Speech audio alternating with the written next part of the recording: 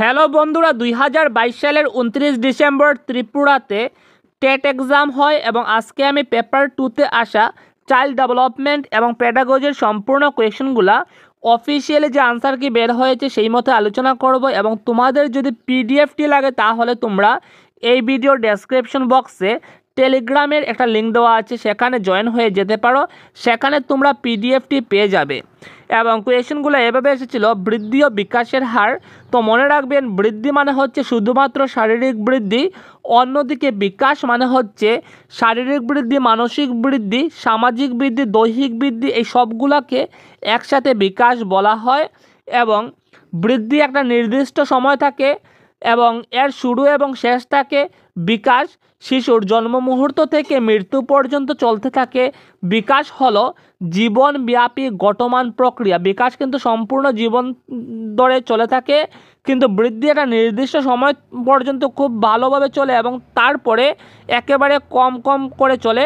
দেখবেন আমাদের যে শারীরিক বৃদ্ধি একটা নির্দিষ্ট বয়স পর্যন্ত কিন্তু খুব দ্রুত গতিতে চলে এবং তারপরে কি হয়, তারপরে আমাদের যে শারীরিক বৃদ্ধি কমে যায়, একেবারে কম কম কম কম করে আমাদের শারীরিক বৃদ্ধিটা হতে থাকে। কিন্তু বিকাশ কিন্তু একটা নির্দিষ্ট ধারায় চলতেই থাকে এবং তাই এই কোয়েশনের শুদ্ধ উত্তরটা হচ্ছে সমরূপ নয় বা অভিন্ন নয়, অপশন এ। নাম্বার 2, মানব জীবনের বিকাশ এবং মানব জীবনের বিকাশটা হচ্ছে অনুমানযোগ্য। তার পরবর্তী কোয়েশনস নাম্বার 3, সেটাতে বলা হয়েছে গড়পড়তা হিসেবে জন্মের সময় একটি মানব শিশুর পরিমাপ হলো। এবং গড়পড়তা হিসাবে জন্মের সময় একটা মানব শিশুর পরিমাপ হলো উচ্চতায় 45.7 থেকে 56 সেন্টিমিটার এবং ওজনে 2.5 কেজি থেকে 4.5 কেজি। সুতরাং আনসার হয়ে যাবে অপশন নম্বর ডি। নাম্বার 4, বংশগতির সাথে সম্পর্কিত theory of continuity of germ প্লাজমের প্রবক্তা হলেন। এবং এই কোয়েশনের শুদ্ধ উত্তরটা হচ্ছে Weismann, option B. Number 5, the environment is everything that affects the individual except his genes. এই কথাটি কে বলেছেন? এবং এই কোয়েশনের শুদ্ধ উত্তরটা হচ্ছে Boring, Langfeld and Weld, option C. Number 6, Lev Semyonovich Vygotsky ছিলেন একজন রাশিয়ান মনোবিজ্ঞানী। সুতরাং আনসার অপশন ডি। তার পরবর্তী কোয়েশনস নাম্বার 7, সেটাতে বলা হয়েছে পিয়াগেটের পুরো নামটি কি? এবং এই কোয়েশনের শুদ্ধ উত্তরটা হচ্ছে জিন William fridge পিয়াগেট, option A. Number 8, জিন পিয়াগেট ছিলেন একজন, এবং এই কোয়েশনের শুদ্ধ উত্তরটা হচ্ছে সুইস মনোবিজ্ঞানী, কারণ জিন পিয়াগেটের জন্ম হয়েছিল সুইজারল্যান্ডে। তার পরবর্তী কোয়েশনস নাম্বার 9, কোহেলবার্গ ছিলেন একজন, এবং কোহেলবার্গ ছিলেন একজন আমেরিকান মনোবিজ্ঞানী, অপশন বি। তার পরবর্তী কোয়েশনস নাম্বার 10, কোহেলবার্গের পুরো নামটি কি? এবং এই কোয়েশনের শুদ্ধ উত্তরটা হচ্ছে লরেন্স কোহেলবার্গ, অপশন সি। নাম্বার 11, শিক্ষার্থীদের মধ্যে থাকা ব্যক্তি বৈষম্য সর্বদা যে আকার ধারণ করে তা হলো। এবং এই কোয়েশনের শুদ্ধ উত্তরটা হচ্ছে normal curve, option A. Number 12, বুদ্ধির অভিক্ষা গঠন আন্দোলনের জনক বলে কাকে অভিহিত করা হয়? এবং বুদ্ধির অভিক্ষা গঠন আন্দোলনের জনক হলেন আলফ্রেড বিনেট। সুতরাং আনসার হয়ে যাবে এদের কেউই নন, অপশন ডি। তার পরবর্তী কোয়েশনস নাম্বার 13, সেটাতে বলা হয়েছে আর্মি বেটা টেস্ট হলো একটি, এবং এই কোয়েশনের শুদ্ধ উত্তরটা হচ্ছে group non verbal intelligence test, option C. তার পরবর্তী কোয়েশনস নাম্বার 14, সেটাতে বলা হয়েছে CIE non verbal group test নামক বুদ্ধির অভিক্ষার যিনি মূল নির্মাণকারী তিনি হলেন। এবং এই কোয়েশনের শুদ্ধ উত্তরটা হচ্ছে Z W Jenkins, option B. Number 15, ব্যক্তিত্ব যার উপজাত ফল হিসাবে গড়ে উঠে তা হলো। এবং এই কোয়েশনের শুদ্ধ উত্তরটা হচ্ছে বংশগতি ও পরিবেশ, এই দুটা থেকে ব্যক্তিত্ব গঠন হয়। সুতরাং আনসার হয়ে যাবে অপশন এ। তার পরবর্তী কোয়েশনস নাম্বার 16, সেটাতে বলা হয়েছে একটোমরফিক টাইপস অফ পার্সোনালিটির বৈশিষ্ট্য হলো। এবং এই কোয়েশনের শুদ্ধ উত্তরটা হচ্ছে pessimistic, unsociable and reserved, option B.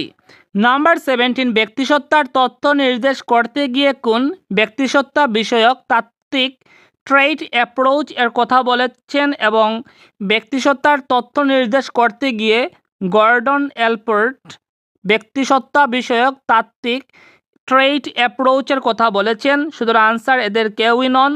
তার পরবর্তী কোয়েশনস নাম্বার 18, সেটাতে বলা হয়েছে রস্কা ইঙ্ক ব্লড টেস্ট হলো একটি, এবং এই কোয়েশনের শুদ্ধ উত্তরটা হচ্ছে ব্যক্তিসত্তার মূল্যায়নের প্রজেক্টিভ কৌশল, অপশন সি।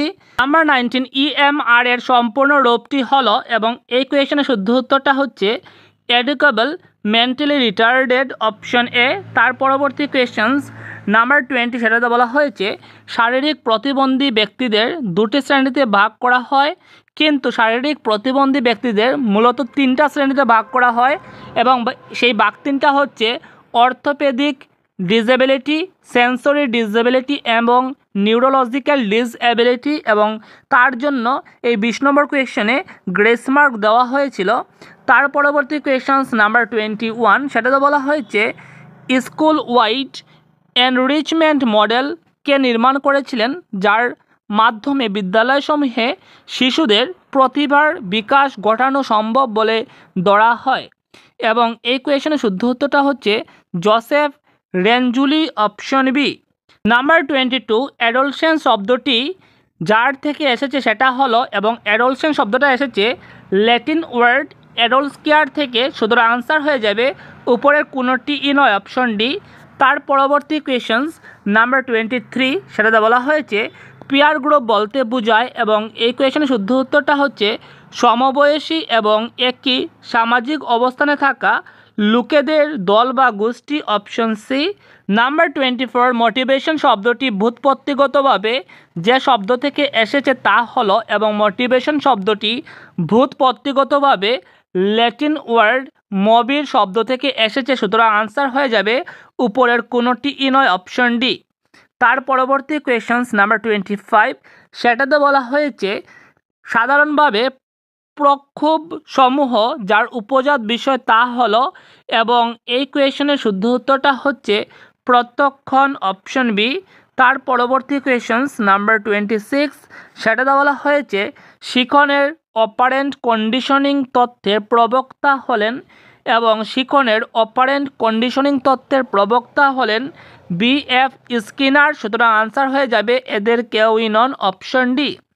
তার পরবর্তী কোয়েশনস নাম্বার 27, সেটাতে বলা হয়েছে শিখনের ক্লাসিক্যাল কন্ডিশনিং তত্ত্বের প্রবক্তা হলেন, এবং শিখনের ক্লাসিক্যাল কন্ডিশনিং তত্ত্বের প্রবক্তা হলেন আইভান প্যাভলভ। সুতরাং আনসার হয়ে যাবে এদের কেউই নন। তার পরবর্তী কোয়েশনস নাম্বার 28, সেটাতে বলা হয়েছে the sequential steps of progress in language development বিষয়টি যারা নির্ধারণ করেছিলেন তারা হলেন, এবং এই কোয়েশনের শুদ্ধ উত্তরটা হচ্ছে ক্র এবং ক্র, অপশন এ। নাম্বার 29, পরিবর্তনের ধারাবাহিক প্রগতিমুখী বিন্যস্ত এবং অর্থবহ দ্বারা যখন পরিপক্কতার লক্ষ্য অর্জনে চালিত হয় তখন তাকে বলা যেতে পারে, এবং এই কোয়েশনের শুদ্ধ উত্তরটা হচ্ছে বিকাশ বলা যেতে পারে, অপশন সি। তার পরবর্তী কোয়েশনস নাম্বার 30, সেটাতে বলা হয়েছে যখন একটি শিশুর মানসিক বয়সকে তার দেহগত বয়স দিয়ে ভাগ করে সেই ভাগফলকে 100 দিয়ে গুণ করা হয় তখন তার ফল হিসাবে পাওয়া যায়, এবং এই কোয়েশনের শুদ্ধ উত্তরটা হচ্ছে IQ equal mental age by chronological age into 100। সুতরাং আনসার হয়ে যাবে IQ পাওয়া যায়, এবং যেহেতু IQ অপশনটি নেই সুতরাং আনসার হয়ে যাবে উপরের কোনোটি নয়, অপশন ডি।